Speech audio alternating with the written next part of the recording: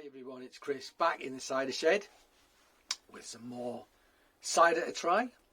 Another one that was a gift from my wife, as if you watch the last film, you know I've been a bit under the weather the last few days this week. Got tested for COVID, didn't have COVID, found out today, which is a good thing.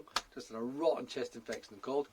Haven't been able to taste a lot of things. There's some things I've wanted to try and haven't bothered because I don't want to waste my time trying to try them. Well, I can't really taste much. But I'm going to keep trying. Slowly getting back to normal, to my senses. Excuse me. But this is something that's not too expensive. It's quite readily available. So I thought, I'll give it a go. So what is it? It is from Waitrose. It is their English vintage cider. Okay, so made for Waitrose. It's actually Weston's. I've had a Weston's before. The medium dry. It was actually quite sweet, which I thought was quite confusing. It says crafted by master cider maker Jonathan Blair and H. Weston & Sons in consultation with our buyer. This Herefordshire cider is a blend of traditional English cider apples from a single year's vintage. 2019. There we go. Single year's vintage. The pressed apple juice is matured in old oak vats, producing a full-bodied cider with a rich, complex flavour. Strong with broad flavours, mouth-watering freshness, and a soft sparkle, is delicious with pork in a creamy mustard sauce or with a good cheddar. Okay. So let's test this theory. Strong with broad flavours. I'm not sure what broad flavours are. That's something people write on bottles but they don't know what to say, I think. Yeah.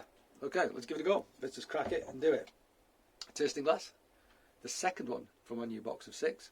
Haven't broken the other one yet, but it's in the dishwasher. So I thought I'd go mad and spoil myself with the new tasting glass. Pop. A little bit of fizz. It said slight sparkle in the bottle. Let's pour it out. Okay, it's quite a pale colour actually. Quite a pale colour.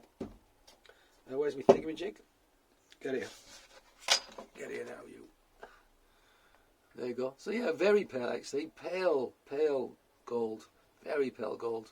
So the colour often you get inside is from the so they let the apples sit for a while after being scratted, mushed up, and it oxidises the tannins and it goes brown.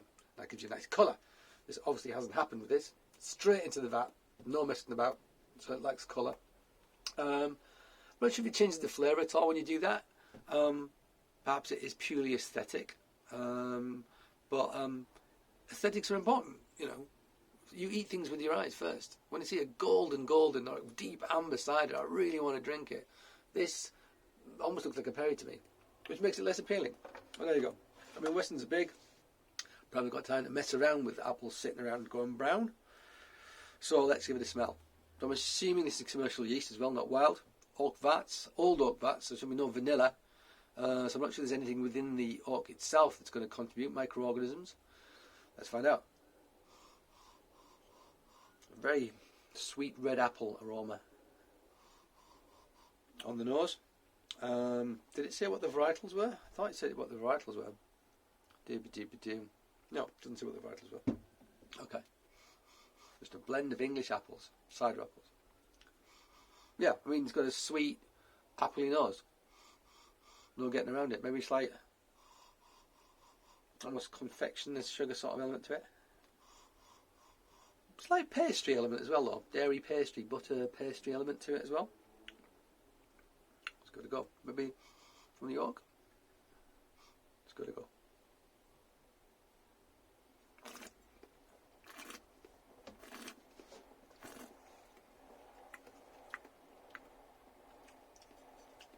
So again, it says medium dry in the bottle, and it's not, just like the other one, it's not. I mean, it is down to the individual palate of the people who make it to decide whether it's sweet, medium or dry. There's no official line in the sand. However, at some point you've got to go, I mean, I've got a sweet tooth, and I don't think that's anywhere close to dry. I mean, it's just not dry. It's false marketing in a way. I mean, when I sell cider to people and they ask me for a dry cider, the ciders that I sell that are dry. You know, no back sweetening. This will have been back sweetened. They've been fermented dry, then back sweetened, probably with sucralose or something like that. The dry ciders I sell are just dry because of fermented dry, and that's it. And there might be a little bit of residual sugar in, like a hint, but not a great deal. And but this tastes a lot like it smells, and it's sweet. And it's like what I got from the last Weston's vintage cider as well, to be honest. I feel like the same thing in a different package. What's the ABV on this? What's the ABV? What is your ABV, you little get? 7.3. So it's not 7.3. Flip it out.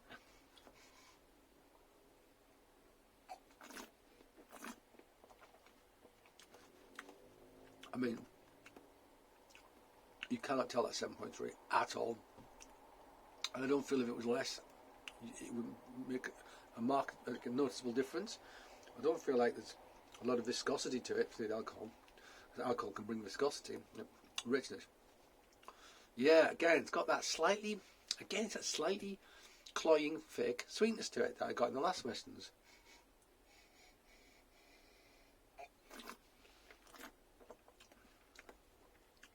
It's too sweet. And it isn't a nice sweet. There's no acidity whatsoever to balance it. There's very little tannin. I mean, maybe the merest suggestion of tannin, squeakiness on the teeth. No hard tannin, no leatheriness in the back. So that sort of bitterness, you think, to balance the sweetness and bring mouthfeel.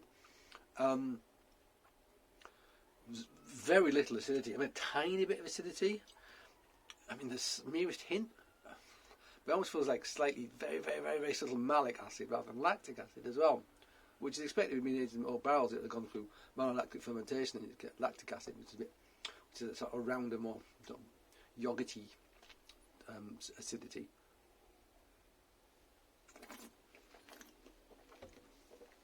Man, no, I don't like it. Don't like it. It's almost like a lime character I'm getting now, a hint of lime, which kind of helps a bit, but it's just not. It's almost like